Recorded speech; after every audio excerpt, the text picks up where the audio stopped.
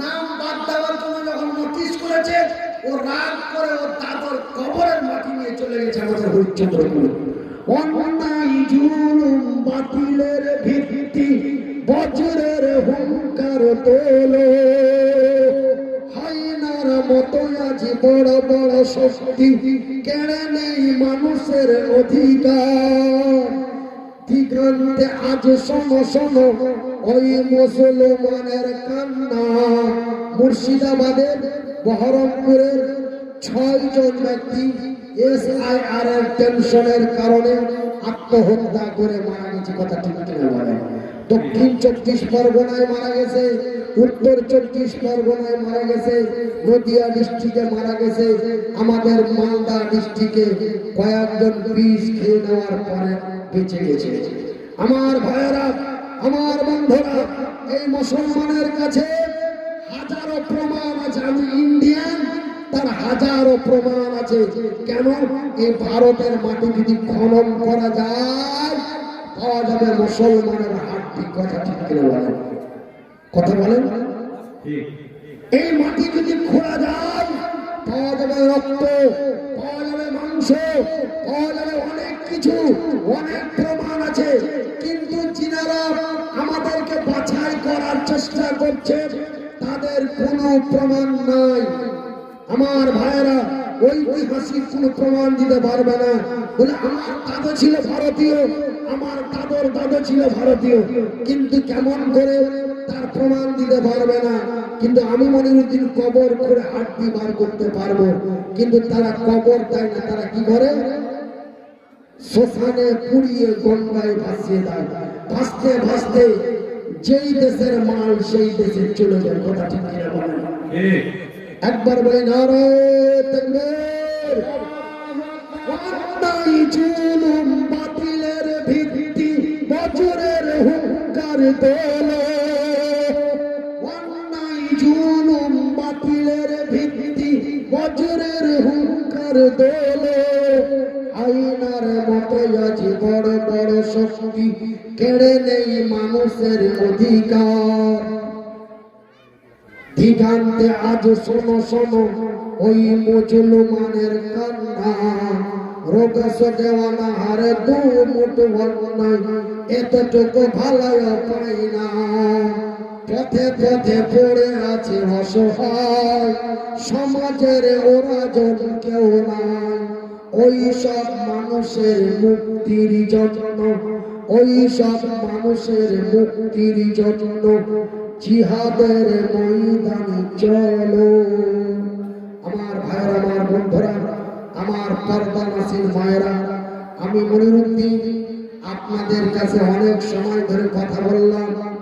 আমার ছেলের মা যদি জানতে পারে আমাকে আর জালসা করতে দিবে না। আমাকে বারবার সতর্ক বার্তা দেয় যে দেখো, তুমি একবার মরতে মরতে বেঁচেছ, আগের মতো তেমাক চাচামেচি করে লং টাইম ধরে কথা বলিও না। তুমি এখন পেটের দায়ে বাচ্চা কাচ্চার জন্য, ছেলে মেয়ের জন্য, পরিবারের জন্য, মাদ্রাসা চালানোর জন্য তুমি বাধ্য হয়ে জালসা করছো। সেহেতু আমি ডেটগুলো নিচ্ছি, আমি কমিটিকে বলে দিচ্ছি যে বেশিক্ষণ বক্তব্য দিতে পারবে না বা দেবে না। 1 থেকে 1.5 ঘন্টা, ইচ্ছে হলে দাওয়াত করো, না হলে করিও না। এই করে আমি ডেটগুলো নিচ্ছি। তুমি বুঝতে পারছো না? তারপরে মাইকে চলে যাওয়ার পরে এত চাচা চর এত করে বলছে না তুমি ব্রেন স্ট্রোক রোগী, এই বলে আমাকে অনেক সতর্ক বার্তা দিচ্ছে। তবে তার নিজের জন্য নয়, আমার জন্যই বলছে। কারণ তুমি আজকে 3 বছর থেকে কষ্ট পাচ্ছ, তুমি সেই দিনের কথা মনে করবে না? তখন তো তুমি ঘন্টার পর ঘন্টা বকেছ, এক রাত্রে 2টা 3টা জালসা করেছ, তখন বাধা দিনি, তখন বলিনি। তখন যদি একটু সতর্ক করতাম মনে হয় এই কষ্টটা পাইতাম না। আমাদের মালদার ভাষা দিয়ে বললাম। তাই ভাইয়ের আমার, বন্ধুরা আমার, আমি অসুস্থ বেমারি মানুষ। আমি আল্লাহর ঘর মসজিদের জন্য আপনাদের কাছে আমার এই গামছাটা দিয়ে মাত্র 100 করে টাকা প্রত্যেক ব্যক্তির কাছে চাই। আমি মনিরুদ্দিন যখন কঠিন বিশাল ব্যাঙ্গালোর যাব, 32 লাখ টাকা লাগবে চিকিৎসা করার জন্য। আমি টাকা জোগাড় না করতে পেরে দিল্লি এইমস থেকে চিকিৎসা করেছি, কলকাতা পিজিতে করেছি, প্রায় 34 লাখ টাকার মতো খরচ, তবুও হাঁটতে চলতে পারলাম না। আওয়াজটা মোটামুটি ফিরিয়ে পেলাম, বলি আলহামদুলিল্লাহ। সেই দিন আমার কঠিন বিপদের সময় আপনাদের রায়গঞ্জ থেকে আমার এহসানুল্লাহ ভাই, আমার রিজওয়ান ভাই, আপনাদের কালিয়াগঞ্জ থেকে আমার হাসান আলী ভাই, অনেকেই আমার জন্য আমার অ্যাকাউন্টে 2000 5000 করে আমাকে চিকিৎসা করার জন্য তারা সাহায্য করেছে। আজকে আমি আমার জন্য চাই না, আল্লাহ রাসূল বলেছেন বান্দানা লিল্লাহি মসজিদান বানাল্লাহু লাহু বাইতান ফিল জান্নাত। যারা আল্লাহর ঘর বানায় আল্লাহ তাদের ঘর বানায়, তবে আল্লাহর ঘর বানা হয় আল্লাহর জমিনে, আল্লাহ বান্দার ঘর বানায় তার জান্নাতে। একবার জোরে বলি নারায়ে তাকবীর। তবে জান্নাতের ঘরের জন্য, আল্লাহর ঘর মসজিদের জন্য আপনাদের কাছে 100 টাকা আমি এই গামছার মধ্যে চাই। আপনারা এই গামছাটা নেন হুজুর, এই তালবে লিমি দাঁড়াও। আমি গামছার মধ্যে আমি সর্বপ্রথম দিব, এই গামছাটা আমার সামনে ধরে এই 100 টাকা প্রথমে আল্লাহর বান্দা দিয়েছে, আমি সর্বপ্রথম দিতাম, তার আগে একজন আল্লাহর বান্দা দিয়ে দিয়েছে। इधर आइए मेरी सामने आइए। 100 টাকা এটা তোমার আমার কাছে টাকা আছে আছে আলহামদুলিল্লাহ। আমি আপনাদের সাথে অংশগ্রহণ করলাম। 100 করে টাকা আল্লাহর ঘরের জন্য। প্রত্যেকের কাছে আমার এটা আবেদন এবং আত্মা, কিসের জন্য? আমার জন্য নয়, আমার ওষুধ চিকিৎসার জন্য নয়, আল্লাহর ঘর মসজিদের জন্য আপনাদের কাছে 100 করে টাকা চেয়েছি। অনলি শুধুমাত্র একমাত্র 100 করে টাকা, অনলি 100 করে টাকা। ভাইরা আমার, বন্ধুরা আমার, আমি ব্রেনস্ট্রোক মানুষ, মাথার সমস্যা। আপনারা আমাকে আরেকজনের সঙ্গে আপনারা আমাকে চাঁদা করার জন্য প্রথমে ইঙ্গিত ইশারা দিয়েছিলেন, কিন্তু আমি ডেট নেওয়ার সময় আমার এই শাহাদাত আলী ভাইকে বলেছিলাম যে ভাই আমি তো অসুস্থ মানুষ, আগের মতো তোলপাড় করে আমি মসজিদ করে চাঁদা কালী সাথে পারবো না, তবে একজন ভালো বক্তা রাখবেন আমার আগে, আমার আশায় ভরসায় মানুষ বসে থাকবেন, আর আমার আগের বক্তা মসজিদের জন্য চাঁদা করে দেবে। বললেন নাকি আমাদের চাঁদার মাথাটা অত নেই, তবে আপনাকে আমরা চাই, আপনি টাকা চা নেবেন দেওয়া যাবে, আপনাকে আমরা চাই। এই একটা মায়া বাবা, আমি চাঁদাটাকে অতটা জরুরি মনে করে আমি সেই দিকে অতটা প্রাধান্য দিই, কিন্তু আমাকে বক্তব্য চলার পরে আমাকে চাঁদা করার জন্য, মসজিদের জন্য পয়সা চাইতে আমাকে ইঙ্গিত ইশারা করা হয়েছে। শেষ পর্যন্ত আমার কানে কানেও বলা হয়েছে মসজিদের জন্য মানুষের কাছে কিছু আবদার করে।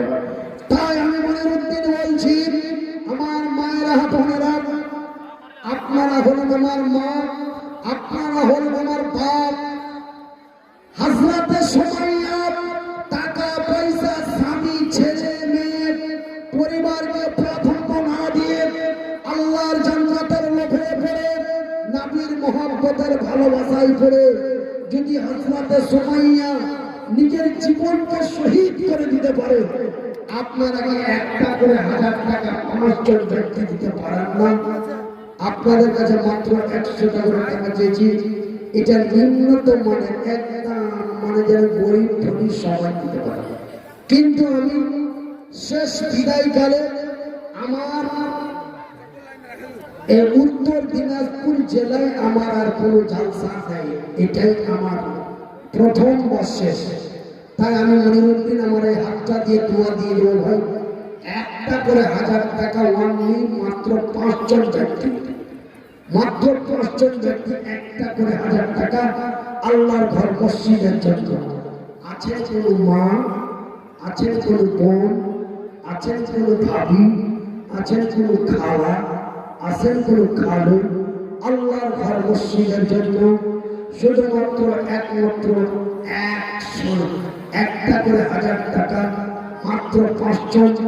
আমি মনিরুদ্দিন আল্লাহর দরবারে যতদিন বেঁচে থাকবো আল্লাহর জমিনে আপনাদেরকে স্মরণ করে আল্লাহর দরবারে দোয়া করবো ইনশাআল্লাহ।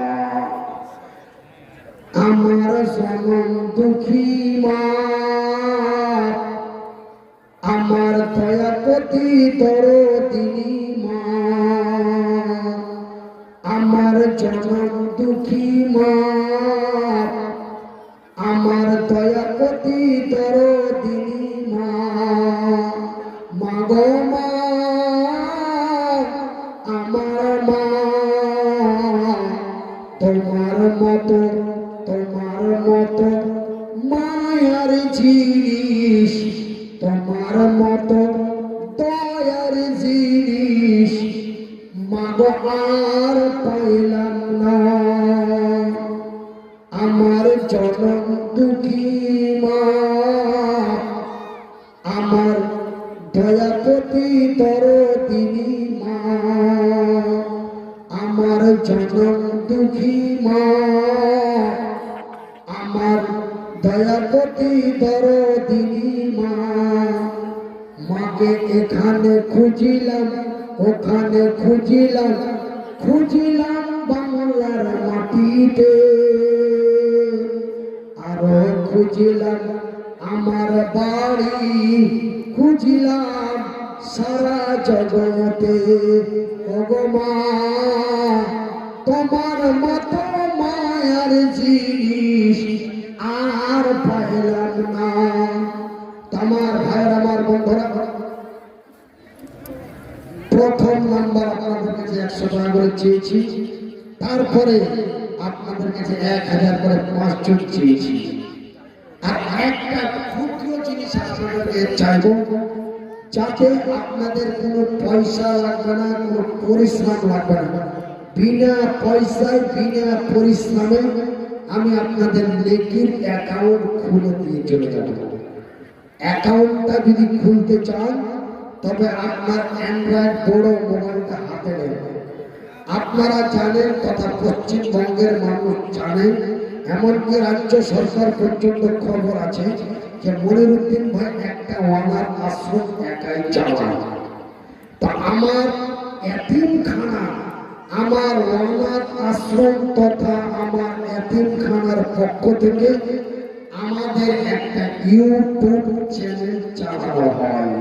ওই ইউটিউব চ্যানেল থেকে অল্প কিছু পয়সা পাওয়া যায়, আর সেই পয়সাটা আমার এতিম ছেলেরা খায়। বুখারী শরীফের 6500 নম্বর হাদিস, قال النبي صلى الله عليه وسلم, নবী করিম সাল্লাল্লাহু আলাইহি ওয়াসাল্লাম বলেন, যারা এতিমদের মাথায় হাত বুলায়, যারা এতিমদের সাহায্য করে, যারা এতিমদের পাশে দাঁড়ায়, ওই তারা এতিমের পিতা হয়ে যায়। তারা এতিমের পিতা হয়ে যায়, এতিমের পিতা হয়ে যায়। ওই এতিমের পিতা আর আমি নবী একই জান্নাতে এমন পাশাপাশি থাকবো। এই শাহাদাত ভাইয়ের মতো একজন নওজোয়ান সাহাবী আল্লাহর নবীকে প্রশ্ন করলেন, হুজুর পাশাপাশির মানে কতটা পাশাপাশি? আল্লাহর নবী দুটো আঙ্গুল এমন করে উঁচু করে দেখালেন, একটা আঙ্গুল আর আরেকটা আঙ্গুল কতটা ডিস্টেন্স ভাই? 100 মিটার। কথা বলেন, একটা আঙ্গুল আর আরেকটা আঙ্গুল কতটা ডিস্টেন্স? 100 মিটার, 1 কিলোমিটার, কত? একদম নিকটে, অতি নিকটে। আল্লাহ আমাকে ওই ক্ষমতা দেয়নি, আমি ওইভাবে আপনাদের দুটো আঙ্গুল দেখাতে পারি না, ইঙ্গিতে বলছি। আল্লাহর রাসূল দুটি আঙ্গুল উঁচু করে বললেন, ওই ইয়াতীমের পিতা আর আমি রাসূল জান্নাতের মধ্যে মধ্যে এমনই পাশাপাশি থাকবো, একবার জোরে বলি আলহামদুলিল্লাহ। তাই আমি মনিরুদ্দিন বলি, আমার এই এতিম খানার পক্ষ থেকে যে ইউটিউব চ্যানেলটি চালানো হয়, এই চ্যানেলটি আপনারা অবশ্যই সাবস্ক্রাইব করবেন। মাত্র 6টা অক্ষর। এই যে আজকে ভিডিও ধারণ করা হলো, কালকে 10টা থেকে 10:30টার মধ্যে আপনার মোবাইলে ভিডিও ঢুকে যাবে।